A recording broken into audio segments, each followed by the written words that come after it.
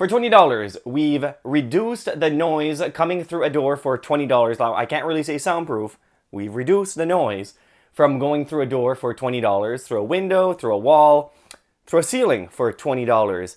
This time was going to be how to soundproof a floor or any floor for $20, but the reality is there's not much that you can do to a floor for $20 that would actually have a noticeable difference. So bump it up to $50.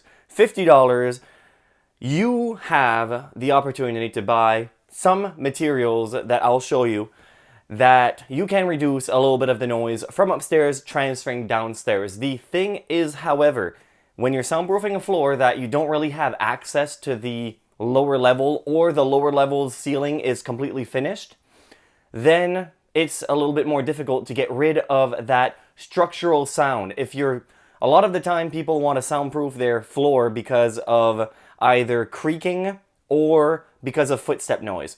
If they're walking around, they have a lot of footstep noise, stomping, and the people downstairs can hear it. That's what most of the time you want to get rid of. However, it is a lot more difficult to get rid of those vibrational noise with a small budget, because what you need to do is you need to literally separate the floor and the ceiling from each other. So when every stomp goes onto the floor, the vibration goes down and is stopped by either a sound clip or a resilient channel. And those are the things that would get rid of those footstep noise for good, would completely get rid of them, or most of it. But we can still minimize some footstep noise, change the tone. So for a budget of $50, what can you do if you can't really get rid of those footstep noise? Well, you can't get rid of them, but you can minimize a little bit of the impact of that noise. Because everything is finished and you have a lower budget and you want to soundproof the floor, one thing that you can do is add some sound deadening material onto the floor. If you already have carpet in the room, then that's good because it helps absorb some of that structural noise caused by the footsteps. But if you don't have carpet in the room or you have an area rug, you can still add something under that area rug or lift the carpet altogether and add something underneath, which would be something like quiet walk or even some mass-loaded vinyl in small amounts, because these types of material are expensive. But if you just have a big area rug or a runner in a hallway, because a lot of the foot traffic is in hallways. If you already have a runner in the hallway, great. Then buy some quiet walk or a small roll of mass-loaded vinyl.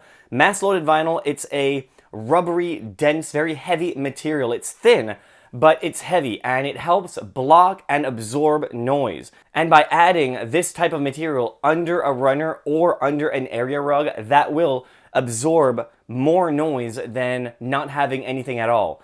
But you can only use this in small amounts because it will run up your budget of over $50.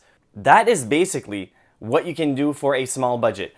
The reason why I even did this video is I had a lot of people asking me, sending me emails, okay, you've talked about the ceiling, but what about the floor? What can I do to the floor because I can't access the unit below? And they're pissed off that we make a lot of footstep noise, so what can we do to stop or to at least mitigate that footstep noise for $20? Well, not much, but at least for $50, you can buy some specialized material like quiet walk, like mass-loaded vinyl. You can go on Amazon. I'll have links in the description below of these products.